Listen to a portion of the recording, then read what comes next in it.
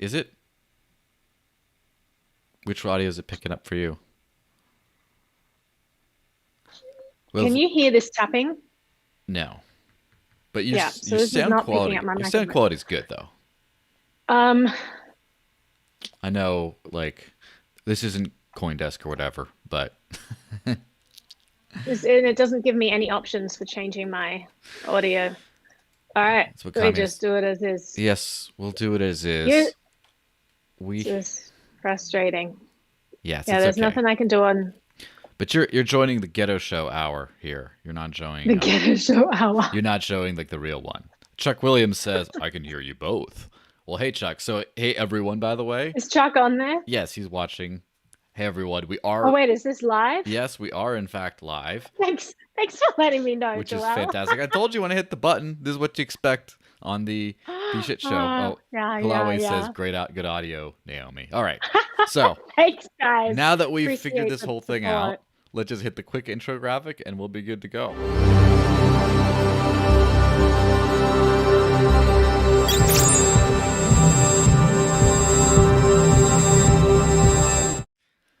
So, hey everyone, officially, welcome to the shit show hour. I mean, digital cash rundown. I'm joined by the wonderful and lovely and way more professional than me, Naomi Brockwell. How's it going, Naomi? I'm going very well. How are things with you, Joelle? I'm doing fine. So, for those of us who haven't, those of us who caught the intro bit of that, uh, still trying to make things work as far as like audio and video and stuff.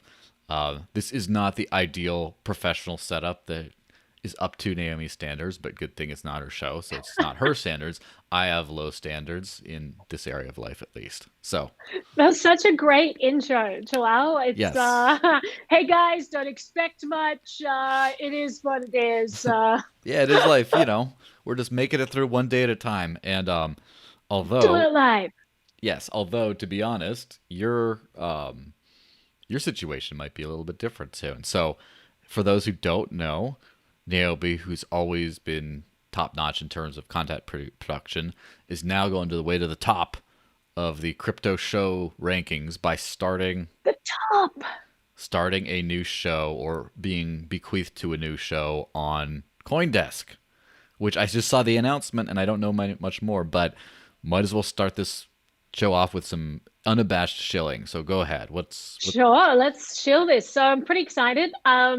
It's a daily show that's at 12 o'clock every day, and it looks at crypto and culture, basically. There are five of us. It's sort of a discussion channel, and we look at the biggest stories from the day, and it's very fun and lighthearted. So great team. We've got Ben, who's like a privacy expert, and we've got Zach, who's an editor at CoinDesk, Jen, who is not that familiar with the crypto space, but she's a journalist and looks more at the culture side. Mm, But she's awesome, a lot of experience. And Will, who's like the DeFi expert, the if Ether, such a thing even exists. all the stuff. You're right. Is there such thing as a DeFi expert? No one knows what they are doing. Yes. Um, yeah, so it should be pretty fun. We've did a bunch of tests this week, and it starts on Monday. So yeah, come and take a look and support it, so that CoinDesk goes, yes, this was a good show. Good work, Yes. team. Well, in the spirit of shilling, my only shill right now is right now on YouTube. I have 996 subscribers, I'm watching it right now. just four shy of our goal, and that means yes, you have to subscribe by the end of the channel, or bad things will happen to you and all your Doge will crash, which might happen anyway, but that's a different conversation entirely. So, yes, I'm subscribe. Tell your gonna friends to tweet it subscribe. out and say, hey guys, let's hit Joelle over the edge. Yes, and so for people who are just, you know, going to whack me over the head by for shilling my YouTube channel as opposed to things like library. I already have my library channel is almost at 7,200 subscribers or so, and I would only lean into that stuff. But right now YouTube is the best thing I have for streaming. And it is what it is, right? As soon as It library is what it is. it's which is it should be this should be the it is what it is podcast because we got the audio nonsense, we got the whatever, we're dealing with what we get. It is what it is. But as soon as library gets live streaming, you can bet I'm not going to complain about YouTube at all anymore. And so, I know. I'm so excited about that. That could not come soon enough because that makes me beholden to YouTube in a lot of ways. Because if I yeah. want a live audience, I mean, that's your option, right?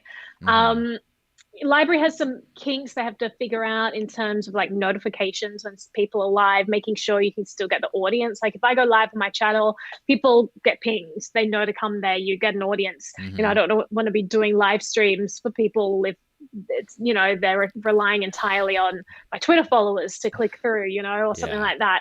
Um, so it's going to be hard for them to compete, but they're definitely on their way. Like I'm so chuffed at how well they're doing, and your Yeah. channel is like gone gangbusters on there. You're really probably you got like over 7,000 Yeah, subscribers or so something, right? 1,200. Nowhere It's near, incredible. again, nowhere near, Naomi CoinDesk levels of like, I'm going to call you Naomi CoinDesk from now on.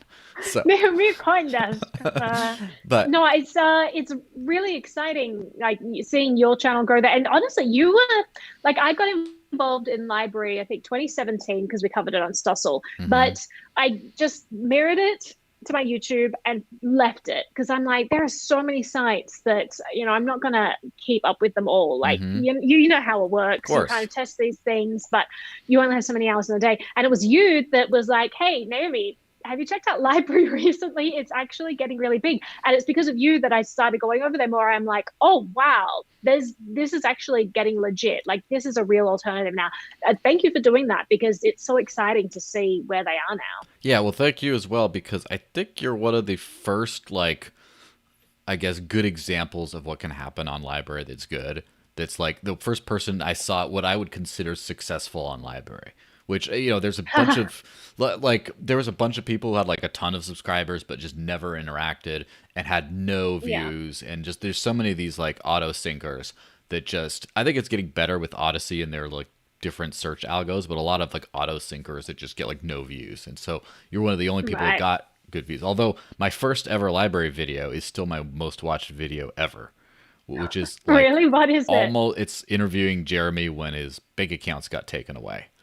And Oh, ah, and yeah. then I think it's almost 2,500 views, which I have a Wow. few YouTube videos that are like 2,200, 2,400 ish, but still my library views, my library video is the most viewed thing. So that's pretty Hmm. nice. I should point out also, while we're in this like mutual crazy shill fest type thing, that Cointree, another awesome thing, is how I do the live crypto super chat. So if you go to cointr.ee or cointer.e/the desert links, you can go leave. You can leave a live crypto super chat in a bunch of different coins, and Naomi will answer. I hope, or I will point them out. And of course, I do screen them with this little pop out thing here because I don't want people saying mean things, especially with all those like all the crypto crush stuff on Twitter about Naomi and stuff. So I will be screening it. So Yeah, don't yeah, push your yeah. luck. Don't push your luck, you guys. You know who you are. So I know that if David Bond is watching, he's probably going to write an expletive on your wall as he does. He did that to prove a point. He's like, Naomi, more development needs to happen. You need to have at least a threshold. I don't want people being able to pay like a penny, being able to write the word penis on my wall. And I'm that's like, okay, but but that's pretty whatever, it's tame to fine. be honest. Well, then he went to Gene Epstein's wall and wrote penis. And then he did the same thing online. And it's like, oh my God, all right, I'll add in a goddamn, threshold that people can set. So now people can set like a minimum donation amount for getting a message through. So there you Yeah, go. which I don't have right now. Harassment works. That's the moral of this story, guys. Just troll people and you will get your way. Yeah, I mean that's just the way things happen. It's basically we all need our own Doge army for whatever. Which speaking of which, I don't know if you noticed this nice new addition that's usually on the couch is the Doge pillow. Wow, such pillow. I did. Such pillow. I had one of those for my Hmm. my J-pop music video, and I stupidly gave it away when I moved from New York. I had to get rid of a bunch of stuff because just traveling is moving houses terribly annoying, and that was one of the things that I got rid of, and I regret it. Yeah, well, no matter where you gave it to, I have a feeling that Dr. Tap ended up with it because he is the Yeah, ultimate I think so. hoarder of Doge pillows. And so, Oh, it's hilarious. yes, which is He's a Doge is not funny that guy. scarce, but the pillows are. Like you go ahead and try to find it. They're like nowhere. So, this is probably worth more than like most people's Doge stash if they, Yeah, that's pretty if they funny. want to. But anyway, speaking of the whole Doge thing, we got to get your take on the whole Wall Street bets phenomenon. So, it Oh, started, we're going there. yes, go right into the deep end. It started with a subreddit called Wall Street Bets deciding to arbitrarily pump GameStop or GameStonks uh, and pump it to the moon, and it ended up triggering a lot of hedge funds and causing them to get wrecked because of all the shorts they had on it. And then it caused like Robinhood and places like that to start restrict trading. And then since then, the plague, the virus, as it were, has moved on to different things, including crypto. And then Elon Musk is just, being completely responsible by pumping Doge and other things like that. And then, you know, Doge is just went up like 5x or more in the last, I don't know how. I don't even keep track because whatever data I put in here is just not current by the next second I check it. So Yeah, exactly. yeah. All So right. So my take on the GameStop, everything there. I mean, there's a lot to cover there, Joel. So I would say that I have a different view to a lot of people. Like everyone's jumping on this. They're immediately like, this is amazing. It's great to see the little guy get to the big guy. I'm gonna push back on that a little bit. So Wall Street Bets, the group, right? What they did was pull off a very sophisticated move. It's a short squeeze of these people. I think it's totally fine. I'm not going to applaud them, and I'm not going to also say that anyone was a victim in this. All the players who were, betting on this, betting for or against it, they all know the rules of the game. These are part of the rules of the game, and they got short squeezed. And great, that's what happened. It was exciting to watch. It was exciting to see this mass movement of all these people getting involved with that. And then what you've got is this kind of second layer added on top, right? Where everyone comes in and says, well, actually, this is a moral victory. And this is something we all need to get behind. And suddenly you have the mob coming in. And I think a lot of people don't realize that there are people in Wall Street Bets in the group that are very sophisticated traders, because in order to pull off a short squeeze like this, it does require some level of sophistication. What's going to happen is a bunch of people buy into this and they're left holding the bags, right? So I think a lot of people came into this who aren't as sophisticated, ended up losing a ton of money, and everyone's passing it off as, yeah, but it's the moral side, you're fine. And I think these people are actually just getting taken advantage of. And, that's fine as well, because they're just playing the game and they're the rules of the game, and whatever. You want to play in these things, you might lose money, you might win money. What the issue I have is that we have this whole narrative right now where everyone is basically saying that all hedge funds are evil, and the fact that the little guy was able to shut down some hedge funds is a good thing. Number one, these are just businesses that people have probably spent their life building, and some of them went bankrupt. Again, I'm not going to say they're victims. They knew what the rules of the game were. They knew they should have managed their risk profile better if this sent them bankrupt. But I'm also not going to cheer them going out of business, because I think it's predicated on a misunderstanding of the facts. Like, yes, traditional finance is very corrupt. Not every hedge fund is very corrupt. And not everyone who makes money trading is corrupt. Right. And I think we have this tendency in society to hate people who are successful or make money just because they've been successful and made money. And I really dislike that. I think that, if we're going to play that game and jump on the bandwagon of, yeah, they made money, they're successful, let's bankrupt them. I mean, the next people, obviously, that are going to be targeted are Bitcoiners, are the people who make money in crypto. Suddenly you're going to see the smear campaigns come out saying, well, these are rich people who bought in and they have a lot of money, and down with them because it's not fair for the people who didn't get in early. Yeah. I mean, that's obviously this trend. So I'm not going to support a trend that hates success or people earning money. Like, I'm not going to jump on that bandwagon. And the second thing is that whenever I see like a bunch of people agreeing about something, whenever society comes together, it's like, we all agree on this. You've got to take a step back and say, oh, okay, what am I missing here, right?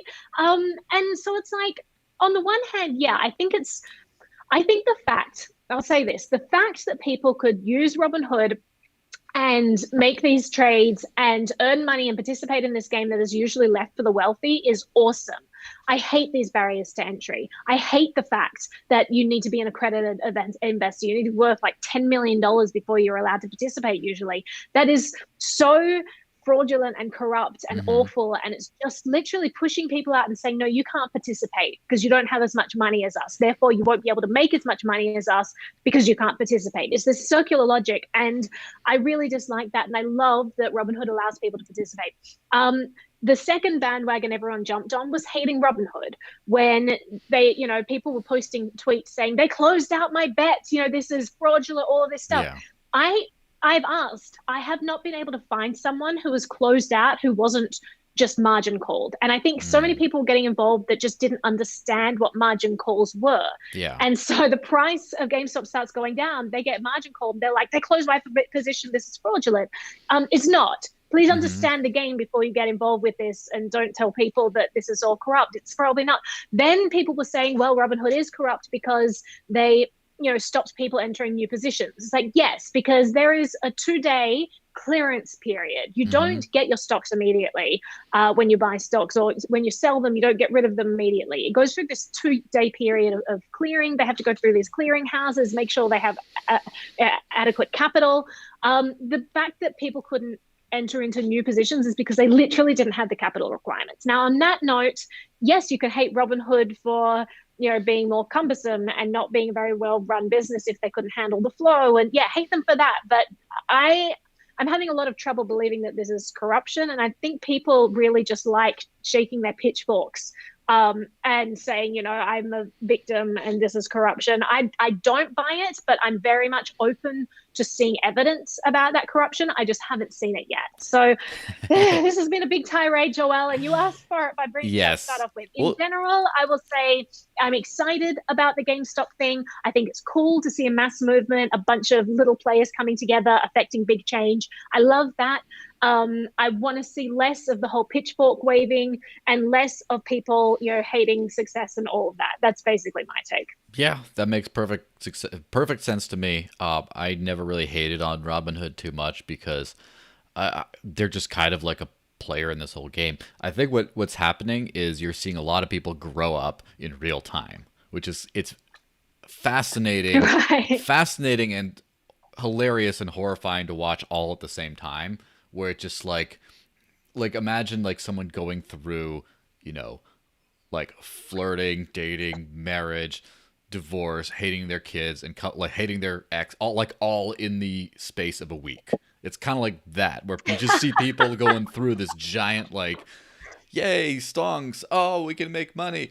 No, wait, the system's rigged. Oh, the system sucks. Oh, just all this learning process throughout just like a week. Yeah. Which is, it's fascinating because one thing I don't know if there's, I'm sure that there's people who are much more into like the scientific theorem of all this kind of stuff. But to me, it seems like time is accelerating, which I don't know if that's, I don't know maybe. if that's just perception, but change happens at such a fast rate. Whereas how long did it take most people to realize that the financial system's kind of messed up and then start building something around it? And it took people generations, and then now there's people within a week they're already there. Just goes through that entire thing.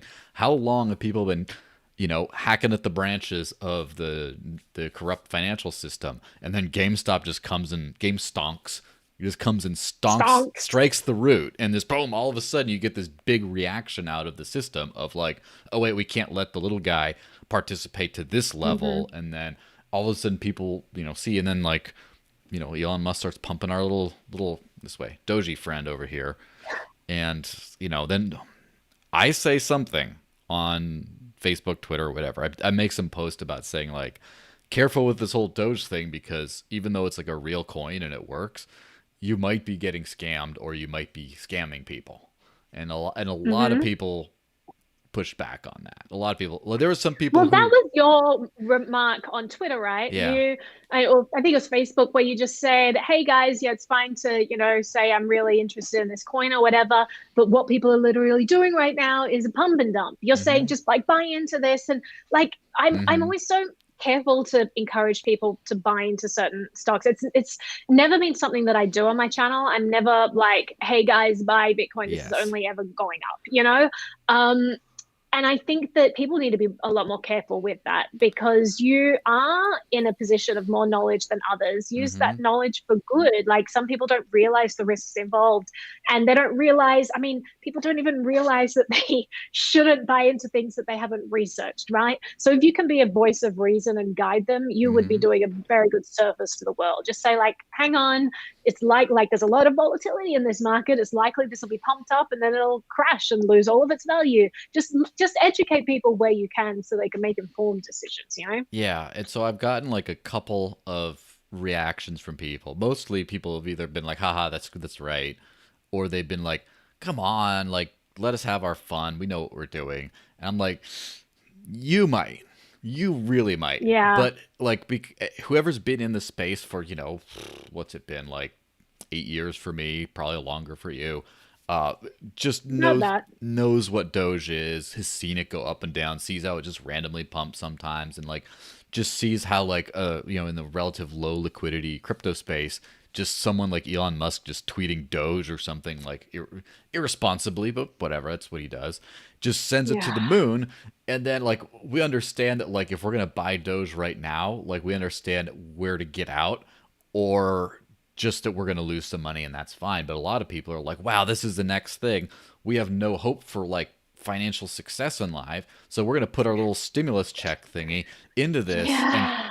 And then they're like, don't know that they're going to lose it all and more if they wait long enough. And I just like, I don't want to rain on the Doge party either. I just want people to know what they're doing. And then there's other people just saying like, it's going to the moon and like buying into it. In the same comment thread, someone's like, nah, no one's seriously buying into it. Then next comment down, dude buying into it. And it's just like, oh God.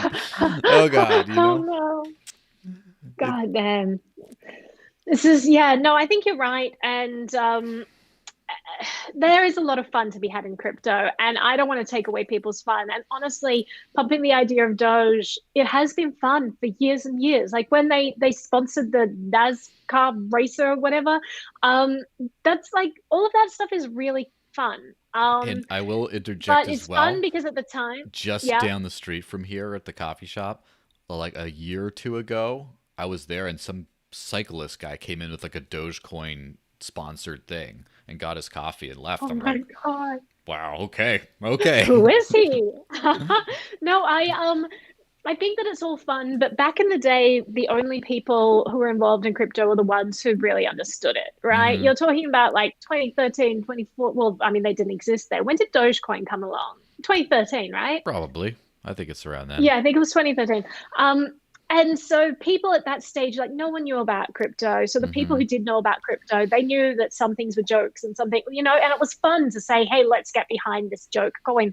And now people are dealt, they're given like thousands of options in front of their face every day of all of the next latest thing. You have all these sock puppets and marketing departments saying like our coin is the next best thing. So it's very easy for people to lose their way and to say, well, all of these accounts, all these Twitter accounts, all these YouTube comments are suddenly talking about the NF algorithm. Maybe that's the best thing. Otherwise, everyone wouldn't be talking about it. They haven't experienced the scamminess of the crypto world yet, so they don't know that all of this is orchestrated, and so they think they're just getting signals from smarter people, and they're trying to follow it. And I think the crypto community can be more helpful in that regard and just give people a hand up rather than laughing at their expense. Keep having your fun, but yeah. Yeah, which a couple things I should point out are, first off, I got a live chat message elsewhere. It says most of the Dogecoin sponsorship was made with stolen money. Not quite so much fun after you know that. And Stolen money. I How so? don't I would love to hear more so I've heard details. a little bit about this in the past, but I don't know enough to really comment on it. But essentially, there was some kind of a literal scam involved where it was Interesting. stolen money. But anyway, and then I gotta get this little super chat away, otherwise people will never answer, and then you can't go back to old ones. When dash/LBC pair on Liquid?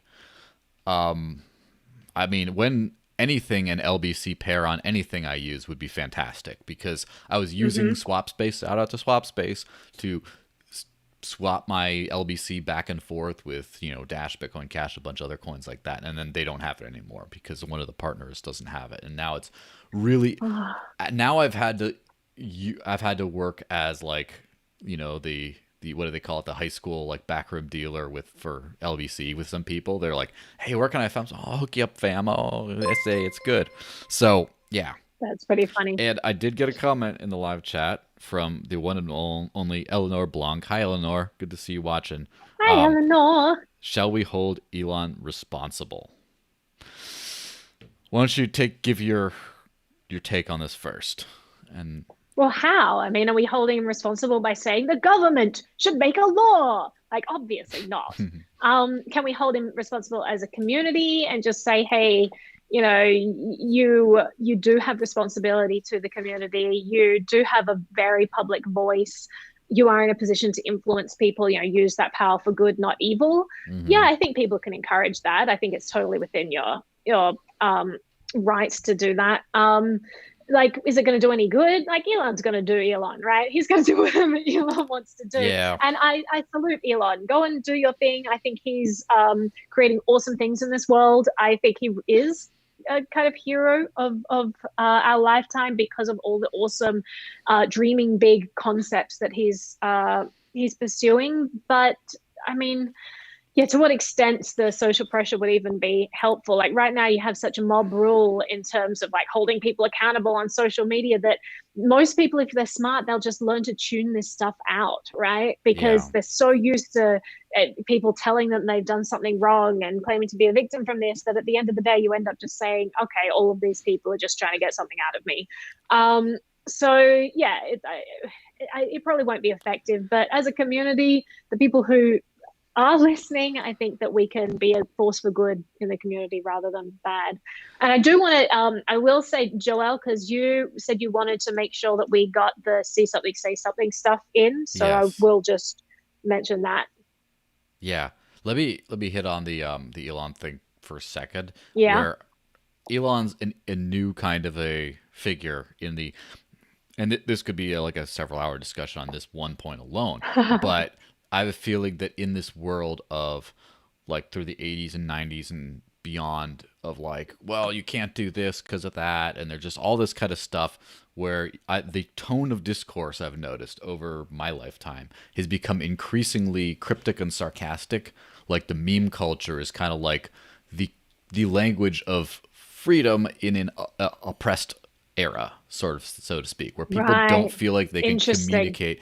And so the sarcasm kind of meme thing, but now memes have bled over into the real world where people are doing stuff like, like I think I honestly, I pinpoint as like the Harambe genesis. When Harambe happened, that is when things started to accelerate. And then people now, this is where people are, is where they don't think they can do anything seriously. So they take memes and make memes reality.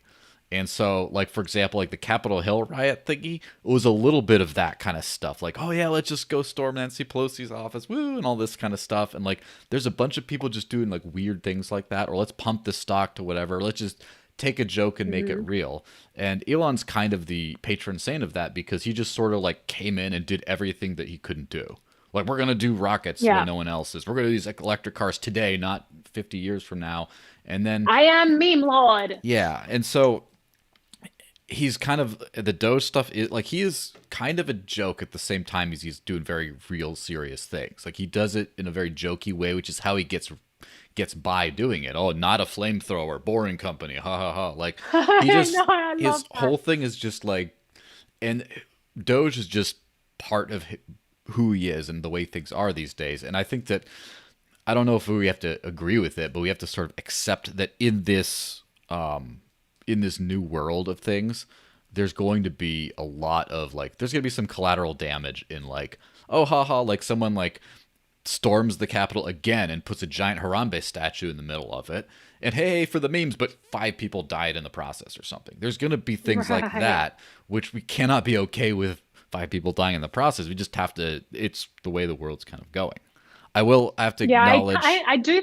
I got a $20 in Dash that said "Hi Naomi," and already I got a $5 in Bitcoin Cash after that, which is why I can't display the other one on the screen. But I have to check to make sure it's not, the aforementioned David Bond doing, you know, posting something. Absolutely. No, just post it. Just do it. All right, See all what right. it is. We'll do it live. Do it, Joel. There we go. Oh, there, Doing it good. live. Naomi, what happened to your project of a 7-part video series about P2P cash that's funded by a Flipstar campaign? Do you plan to do it soon, or is it postponed? I'm working on it. From Luga. I know the Look, dude. who is? I can't see I know. who it's from. It's from by your screen. Lugaxker. I've seen him on Memo Okay. Cash. I don't know Yeah. how you say the name. Sorry, Oh, dude. it's all going really well. I'm planning at this stage to start We'll start production in March. Writing scripts at the moment. It takes a long time.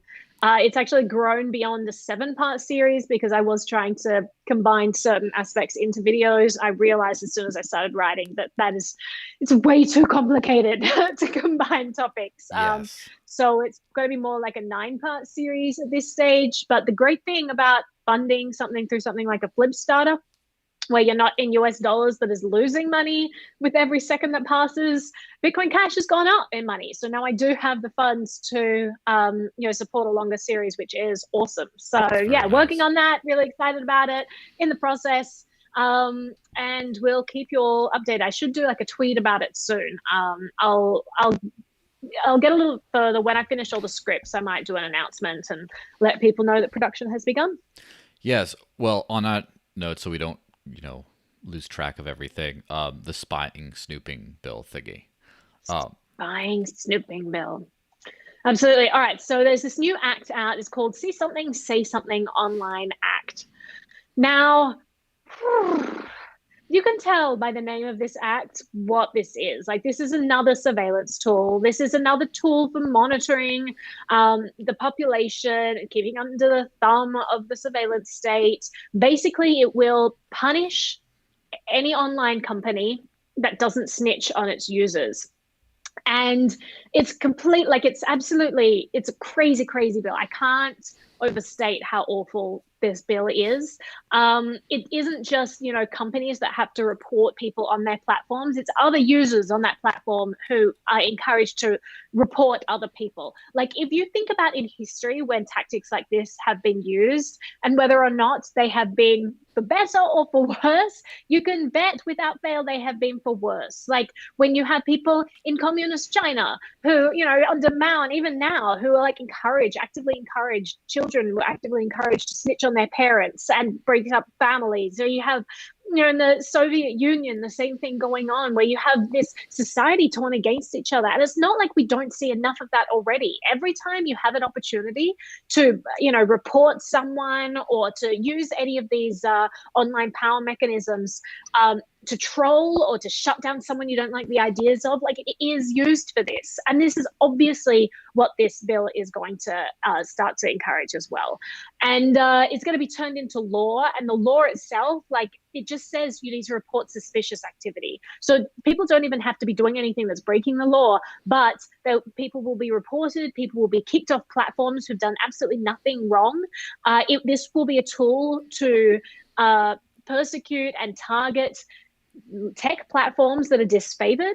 So if you're a platform that is like, well, actually, I'm in favor of free speech, this is absolutely going to be used to target those companies and make them comply with certain things. So basically, it threatens them by taking away what's called this Section 230 protection, which is essentially a safe harbor for online publishers that says you're not liable for what people say on your platform. You are just publishing this, and what they say is on them, right? As long as if they do anything illegal, they're kicked off or whatever, then you're fine. But what this is doing is going a step further and saying if you don't report suspicious activity, not even anything illegal. If it's just suspicious, you're going to be held liable and you're at risk of losing this 230 protection. So it's all in all, it's completely terrifying that they are encouraging this snitch on each other culture. On top of that, it's completely overburdensome. The idea that, I mean, this is akin to the financial reporting that we're seeing in the crypto sector, where you have like, wallets that have to, you have to KYC the wallet of a store that you send money to before you're allowed to send money to, like all of the financial reporting we're required to do. This is sort of the social media equivalent of that. Like it's, that's my rant at this, that it's, if this goes through, it would absolutely become a weapon against platforms that promote free speech. Yeah, I definitely agree. It's very bizarre how like this has all come to a head so quickly, and especially how like in terms of like let's just say right wing people or Trump supporters more specifically, but it's kind of crazy just how quickly they just got erased from online history. Just like, Yeah. and I'm like, they did that against a big group of people. This wasn't just like Yeah. libertarians or some like, nonsensical or even, smaller libertarian party people. Sorry for the diss. But I'm saying like it's not even just like a small marginal group. It's not like first they came for the it's like, well, first they came from actually they just came for me right away. It just like boom right to the top. And then everyone migrates to Parler, which is a terrible app. Like I've used it as long as it existed. I basically used it. It sucks. It's just a garbage app, and they were censoring people on it anyway. But like they just Right. pumped this garbage app to the ceiling, and then instantly they just like destroyed that one too. And it's just Yeah. it's mega popcorn time. Like these kinds of bills, I would call like this bill is something I'd like to call an accelerant. When we're talking about things are going faster, it's an Oh, yeah. accelerant, but I use accelerant in a neutral way, not even in a negative way, even though the bill itself is very negative, very awful. It's Hmm. like the excel, like you saw when Signal got overwhelmed with all the new signups and traffic and stuff. Yeah.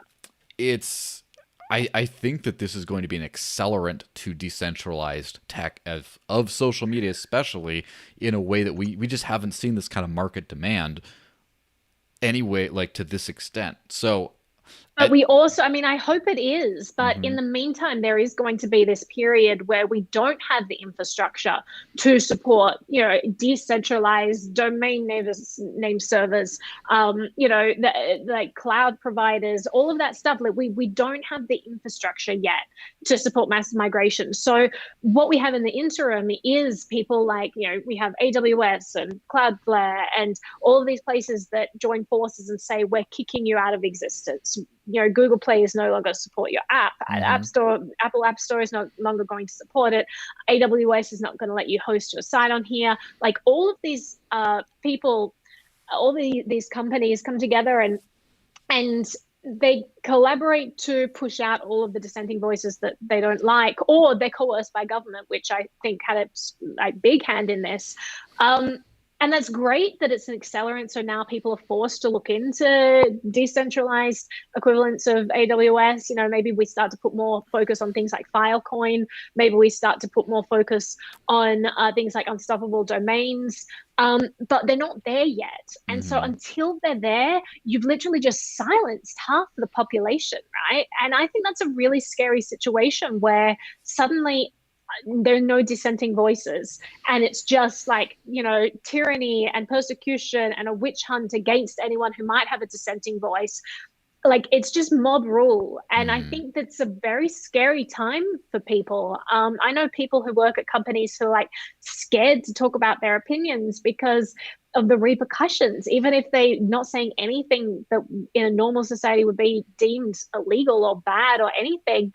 They're just scared to voice their opinion because it's not worth opening up that can of worms, right? Because there's so many ways that people can get just persecuted for having ideas that are not mainstream, and mainstream ideas are so superficial. And completely not thought through and inconsistent and all of this. So like any smart person is going to have a better understanding of the world and more interesting ideas. But at the same time, those people are being silenced and all we're getting is like CNN garbage, which, it's really saddening to me. Yeah. I think you're right. Maybe it'll create this movement. Maybe it'll drive this conversation underground. But there is going to be a little bit of a dark age there until we can get something robust that supports this, Yes. sharing of ideas again, these discussions instead of blocking. So we're talking about accelerants and things going faster and stuff. I do agree. I think that because of how fast everything is moving, the dark age will be like a summer or something. maybe that's a little bit too flippant of an answer, but like it'll be a lot shorter in terms of time frame, not like a dark age of 20 years or 100 years like in past cycles of things like that. But I think it'll be, and also in the interim, I think we'll have the meme age where there's going to be a lot of things that people can't say, they're going to be almost saying in joke form in between. And we're going to find a lot of like very cryptic things. And it's funny, I don't know if I'm sure you know what a boomer meme is, right? It's just some like stupid old like saying, like cliche saying with like a Tweety bird or some Disney character that just doesn't make sense, or like one of the minions or whatever. It's like, but then there's like, I guess like the proper meme was like the millennial meme, but then you go to Zoomer memes. I don't know if you've ever seen Zoomer memes, but they are just they're Kafka-esque. They're like, they make no sense. Like it's just the most bizarre, like twisted, like, there's no like point to it. There's no like thread to it. At least not to my increasingly aging brain. But it's starting to get to this point where like the younger generation is adapting, like the Bear Grylls meme, adapt, improvise, overcome. They're like turning to this like weird new language of like basically bypassing the censors. And so I think we're going to have that age of peak weirdness online in between like, where we are now, mass censorship and reporting stuff, and then up to freedom. So just my prediction. I don't know what that's worth. Yeah, I mean, I'm working on a piece for Stossel at the moment about privacy, and it's such an important issue for people like John to be speaking out about right now. And so the main crux, like he interviewed Snowden, and essentially Snowden said, listen, at the end of the day, you got people collecting information, right? You've got governments, obviously, they're collecting information about you. We should be worried about that for obvious reasons. This is collected in this permanent record. It's information that you can't take back, and eventually it will be used, and so just be careful of that. And then he's saying, well, actually be aware of social media companies as well, right? Because if you think of how the government gets its information, they use the technology companies. That's one of the main ways that they bring all this information in. They have direct access to the servers of all the biggest platforms out there. They have all of these secret subpoenas where they can get any information that they want. These subpoenas don't even need to be signed off on by a judge. There are so many ways that they're using the information collected by tech companies against us. And so does this mean like, well, maybe we should regulate the tech companies? Or it's like, well, no, the answer is wherever possible, stop giving the companies your information. And like, for example, I am publicly on YouTube, right? I talk on the internet. They're collecting information about me just by analyzing what I'm saying, turning it to text, storing information and metadata. But I'm also talking to people in DMs. Now, I have a choice, right? I could use Twitter DM, I could use Facebook Messenger, or I could use Signal. And I think the more that we start to normalize, wherever possible, just using private communication when it is a private conversation, I think that is the best thing we can be doing and the best transition we can make. Because when you do that, you stop the ability for governments to have mass surveillance. Yeah, of course. It has to be targeted surveillance then. It has to actually be spending a whole bunch of money to target Joelle's cell phone, and then they can get the information they want. Because yes, your cell phone is not infallible. Even if you use Signal, they can find a way. But there's a huge cost involved, and the government is not going to spend trillions of dollars going after all the Joelles of the world. They don't care about the Joelles of the world. They honestly do want to keep, target people who are like criminals, right? Me and my criminal Doge pillow.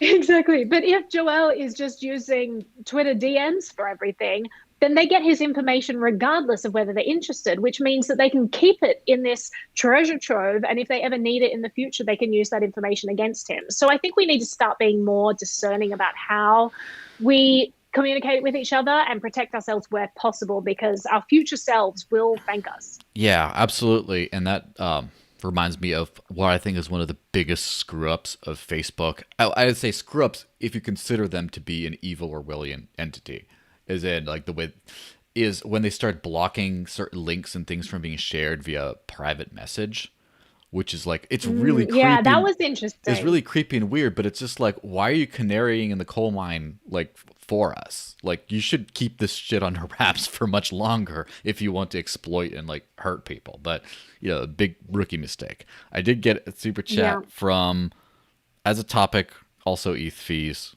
What's Naomi's take on ETH 2.0? Will it decrease ETH on-chain fees soon? Emphasis on the soon.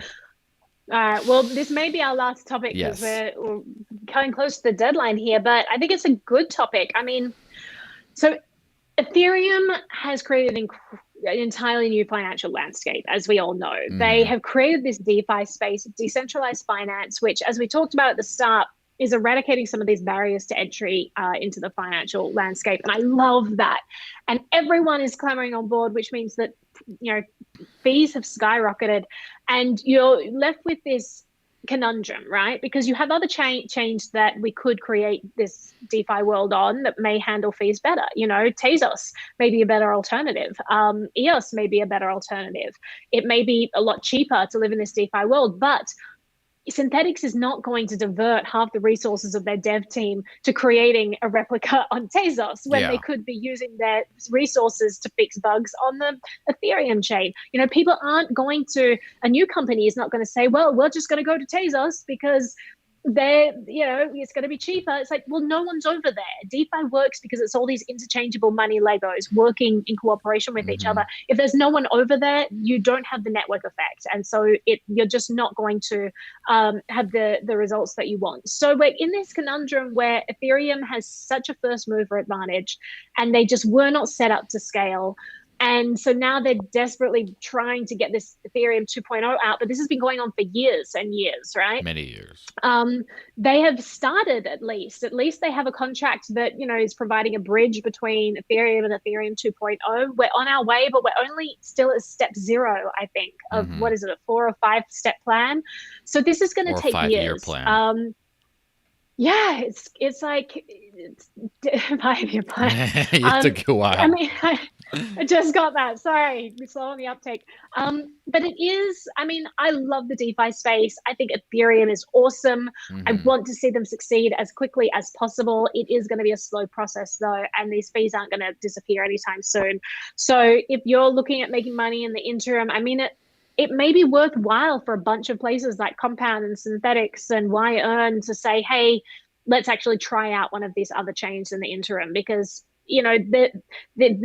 these platforms, they only work if fees are low, because people don't want to use and do these quick change transactions back and forth if they're losing all their money to Ethereum fees. So it may be worthwhile in order for them to get more users to be exploring some of these other options. I don't know that they will though. So we're kind of in an impasse.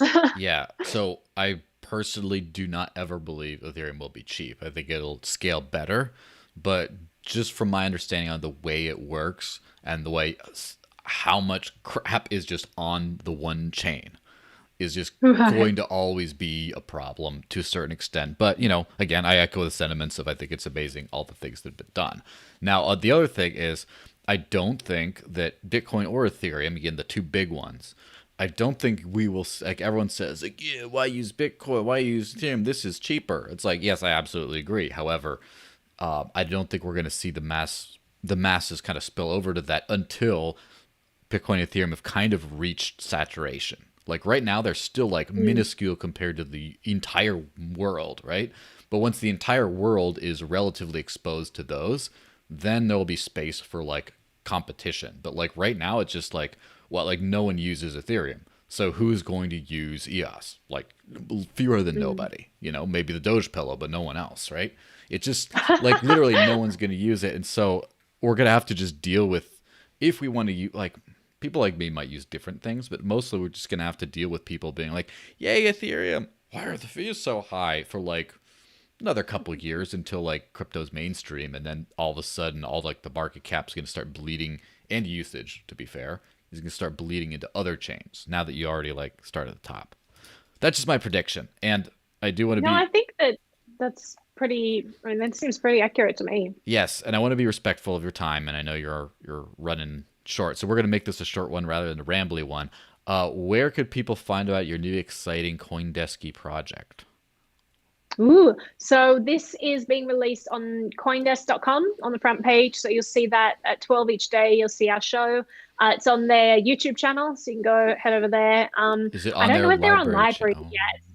Yeah, do they have a library? I don't know. I'm I gonna don't think ask so, about that. and therefore they're, I'll be nice. I'll be respectful now. So yeah, they need to get on library, is what I'm saying. Listen, I will do what I can to try to encourage them to do that. It'll also be on their Facebook page and on their Twitter and all of these wonderful centralized places that love to censor things. So I will see what I can do to encourage them to get onto library. But yeah, you can check it out every day at 12 o'clock. And otherwise, you can check out all of my stuff. I'll probably be posting excerpts from different shows from time to time on my channel. So that's just Naomi Brockwell TV on library and on YouTube. So check that out. Well, fantastic. Well, if you enjoyed the show, please consider getting some other people to subscribe. We're still 4 shy of 1,000. Oh my God, I can't believe you're still 4 I shy. know. I already blew the load early. It's like everyone already subscribed who was going to, but it's okay. By the time I share it tomorrow, it's been going up gradually. So there might be, probably by the time I share this. Yeah. I have a couple of alternative accounts, so I'm going to log into them and subscribe there Oh, as sock well. puppet Brockwell here. Well, Oh Naomi's, yeah, Soft Bubble Brockwell. well, so if it's not Naomi CoinDesk, it's Naomi Sock Puppet. So, you know, That's it. That's my middle name. Naomi Sock Puppet. Yeah. So basically, yeah, follow the channel, all that kind of stuff. Especially if you're following on YouTube but not on library, go to library and do that. There's going to be a link somewhere in the description that just says, the referral link. I've gotten like 500 people plus to start using library according to my referral stats. That's so cool. It's got to, That's really again, cool. tip of the iceberg. It should be 5,000 because, Yeah. Anyway, get on that decentralization train before centralization eats you up alive. Watch Naomi's stuff. Subscribe, comment, share. I do read all the stuff. And thanks for joining us, and have a pleasant day and weekend. Bye. Thanks.